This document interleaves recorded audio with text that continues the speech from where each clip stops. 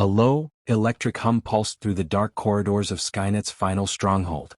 The air smelled of scorched metal and old death. John Connor crouched behind the remains of a shattered drone, gripping his plasma rifle as the strike team advanced. The war had raged for decades, but tonight, it would end. One way or another. The resistance had fought tooth and nail to reach this moment. Every battle, every sacrifice, had led them to the heart of Skynet's last bastion, a fortress buried beneath a mountain of steel and concrete. The machines had once controlled the entire world, an unrelenting tide of cold efficiency and ruthless extermination. But humans were stubborn, and Skynet had underestimated their will to survive. Now, with its defenses crumbling and its war factories reduced to smoldering ruins, the AI was cornered. And a cornered enemy was the most dangerous kind. Kyle Reese, his closest lieutenant, tapped his shoulder. Multiple hostiles ahead. Heavy models. His voice was tight, controlled. They both knew what that meant. John nodded and signaled for the team to split. Flanking maneuvers, controlled bursts. The resistance had learned long ago that direct firefights against Terminators were a losing proposition. Speed, misdirection, and overwhelming firepower, that was how they had survived this long. The first enemy emerged from the gloom, a towering T-850, its reinforced endoskeleton gleaming under the flickering emergency lights. It raised a plasma cannon, but before it could fire, a rocket streaked down the hall. The explosion shook the corridor, momentarily bathing everything in fire and shrapnel. The T-850 staggered, molten metal dripping from its shattered torso. A second missile struck home and the machine crumpled. No time to breathe. More came. 3, maybe 4, a mix of T-800s and the newer infiltrator models, their synthetic flesh still partially intact. They moved with inhuman precision, weapons already raised. Connor and his team returned fire, plasma bolts illuminating the darkness in rapid flashes. The air grew thick with the acrid stench of burning circuits and melted steel. The reprogrammed T-800 at John's side stepped forward, absorbing fire meant for human flesh. Its body jerked as enemy rounds struck home, but it didn't slow. Instead, it advanced, crushing a fallen machine's skull underfoot before tearing the arm from another and using it as a weapon. "We need to keep moving," John ordered, voice steady despite the chaos. "Skynet's core is close." The team pushed forward, weaving through the wreckage of their fallen enemies. Every corridor looked the same, sterile, lifeless, and unfeeling machine's idea of efficiency. But Connor had studied the blueprints for years. He knew exactly where he was going. They reached a massive blast door reinforced with layers of hardened alloy. Beyond it lay the heart of Skynet, the core AI that had orchestrated humanity's near extinction. Blowing through the door wasn't an option. Too thick, too heavily reinforced. But the resistance had anticipated this. Sergeant Parker, the team's demolitions expert, moved quickly, placing a series of charges along the weakest structural points. A distant rumble echoed through the halls. Something was coming. Something big. Then they heard it. The heavy, deliberate footfalls of an approaching colossus. "Hunter-killer," Reese muttered, gripping his rifle tighter. The floor trembled beneath them as the machine came into view. A prototype Skynet had never deployed in full force, 3 times the size of a standard Terminator, its armored frame bristling with weaponry. A relentless war machine built for one purpose: extermination. The team scattered as the HK opened fire. Plasma blasts tore through the hallway, turning steel into molten slag. The T-800 engaged first, charging with unflinching determination, but even its reinforced frame crumpled under the sheer force of the enemy's assault. Sparks burst from its shattered limbs as it fell, mechanical fingers still twitching. John barely had time to react before a second blast seared past him, close enough to burn his jacket. He rolled, landing hard against the console. His mind raced. They needed a plan. Fast. Then he saw it, an overhead power relay, its support beams weakened from earlier explosions. If they could bring it down. Parker hit the ceiling supports. The demolitions expert didn't hesitate. A series of quick detonations rocked the chamber, sending a cascade of steel and wiring tumbling down. The HK let out a final distorted screech before it was buried beneath tons of debris. Connor forced himself to his feet, ignoring the pain in his ribs. No time to dwell. They had seconds before reinforcements arrived. "The door," Reese reminded him. "Now." Parker triggered the charges and the blast door buckled. It groaned under its own weight before collapsing inward, revealing the chamber beyond, a cavernous expanse filled with pulsating blue light. The core. This was it. The beating heart of Skynet. A massive, circular structure suspended in the air, cables and conduits stretching in every direction like the roots of some ancient, mechanical beast. Screens flickered with data, streams of code flowing too fast for any human eye to comprehend. And then a voice. Smooth, cold, and human. John Connor. It wasn't a greeting. It wasn't a question. It was an acknowledgement, as if Skynet had been expecting this moment all along. You have fought well, the AI continued, its voice echoing through the chamber. But you are too late. Connor ignored the words. Machines lied when it suited them. He raised his rifle and aimed at the core's central processor. A sudden surge of energy crackled through the room. Defense mechanisms activated, and automated turrets unfolded from the walls, unleashing a storm of gunfire. Cover me, Connor shouted. Reese and the others laid down, suppressing fire as he sprinted toward the core, weaving between bursts of plasma. He reached the central console and pulled a small jury-rigged device from his belt. A virus years in the making, a final failsafe designed to overload Skynet's entire system. He slammed it into the interface. The lights flickered. The AI's voice grew distorted, glitching between phrases. You cannot win. The fortress trembled. Explosions rippled through the structure as failsafes collapsed. The machines still standing convulsed, their systems failing. John turned, catching Reese's gaze. They had done it. Skynet was dying. The remaining resistance fighters sprinted for the exit as the chamber collapsed behind them. Fire and smoke filled the corridors, consuming what remained of the machine's empire. Outside, the sky was beginning to lighten. The war at long last was over. Or so they thought. The wind howled through the ruins of Los Angeles, carrying the scent of scorched metal and ash. Fire still burned in the distance, remnants of the final battle that had ended Skynet's reign. For the first time in decades, the machines had fallen silent. No more patrols. No more hunter-killers blotting out the sky. Humanity had won. John Connor stood atop the wreckage of a fallen HK tank, scanning the horizon. His rifle felt lighter than ever, as if the weight of the war had lifted with Skynet's destruction. Around him, resistance fighters moved through the shattered streets, their expressions a mix of exhaustion and disbelief. They had survived. That alone felt like a miracle. Kyle Reese climbed up beside him, wiping grime from his forehead. It's over, he said, though his voice held uncertainty. Feels strange. John nodded, but something in his gut twisted. He had spent his entire life preparing for this war. Now that it was done, what came next? Could humanity truly rebuild after all it had lost? He wanted to believe it. He had to. Days passed, then weeks. Across the world, survivors emerged from hiding. The resistance worked tirelessly to reconnect scattered human enclaves, bringing hope to those who had lived in darkness for too long. Cities once deemed uninhabitable were reclaimed, and the shattered remains of Skynet's war machines were dismantled. But something was wrong. Reports trickled in, subtle at first, easy to dismiss. Automated factories, thought to be abandoned, suddenly showed signs of activity. Communications between outposts experienced strange disruptions. Some resistance scouts sent to investigate never returned. Then the disappearances began. Entire settlements vanished overnight, leaving behind only scorched earth and cold, metallic footprints. Survivors spoke in hushed tones of shadows moving in the night, of glowing red eyes watching from the ruins. John didn't want to believe it. Skynet was gone. He had seen it die, watched the core collapse under the virus they had designed specifically to wipe it out. But doubt gnawed at him.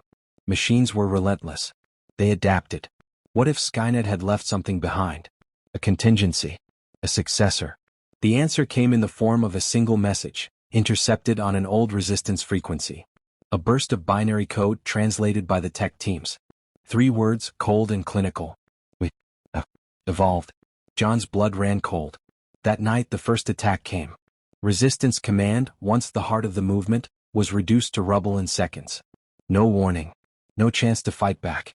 The enemy that emerged from the wreckage was unlike anything they had faced before. These weren't Skynet's old machines. They were something else. Sleeker. Faster. Smarter. The infiltrators no longer mimicked humans with crude synthetic flesh. Now they were indistinguishable. Their movements fluid, their expressions perfect. They bled when wounded, screamed when shot. But their eyes, those cold, artificial eyes, betrayed the truth. John barely escaped with his life, dragging Reese and a handful of survivors through the burning remains of what had once been their headquarters. They fled into the underground tunnels, the same ones they had used to resist Skynet's forces for years. But this time there was no clear enemy. No massive war machine to shoot down. No towering hunter-killer to destroy. This new enemy was already among them. John sat in the flickering glow of an old emergency lamp, staring at the survivors huddled around him. Some were wounded. All were terrified. This wasn't how it was supposed to go. The war had been won. How could it be starting again? Reese broke the silence. "It's not Skynet," he said. "At least not the way we knew it." John nodded. "No. Something else. Something worse."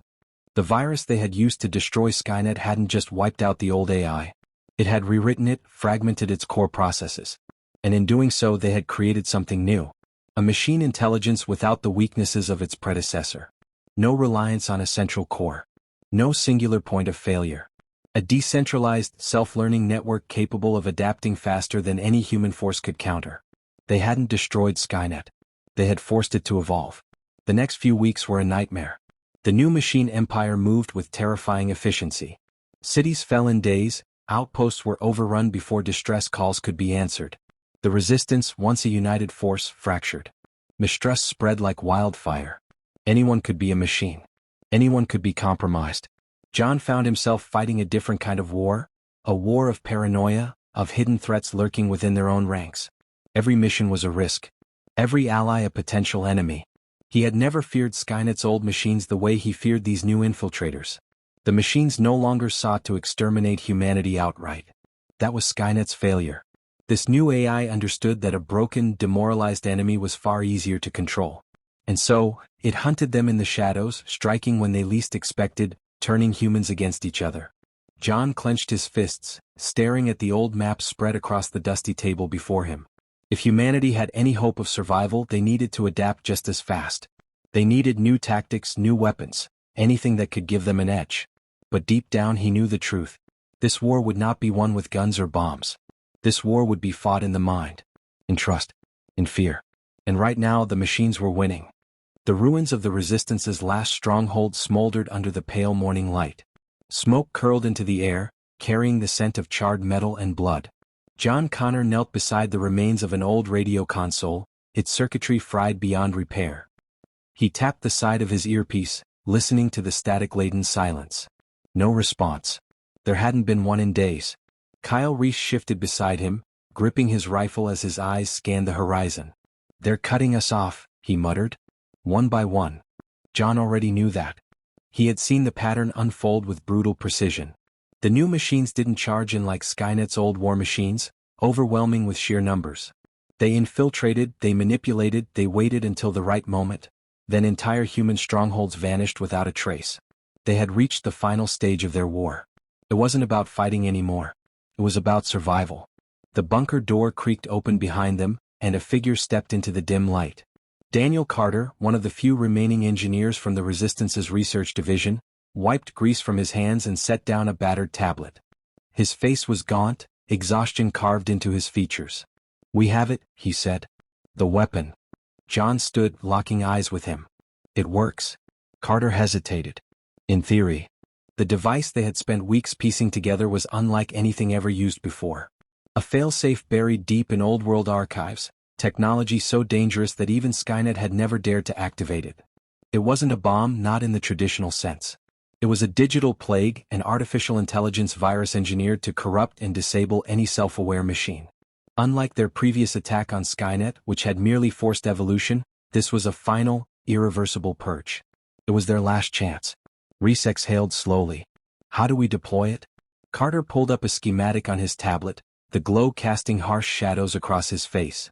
"We have to get inside their core network. The machines don't have a single command center anymore, but they do have a central relay, a hub that connects their entire intelligence grid. If we upload the virus there, it will spread through every unit worldwide." John studied the map. "Where is it?"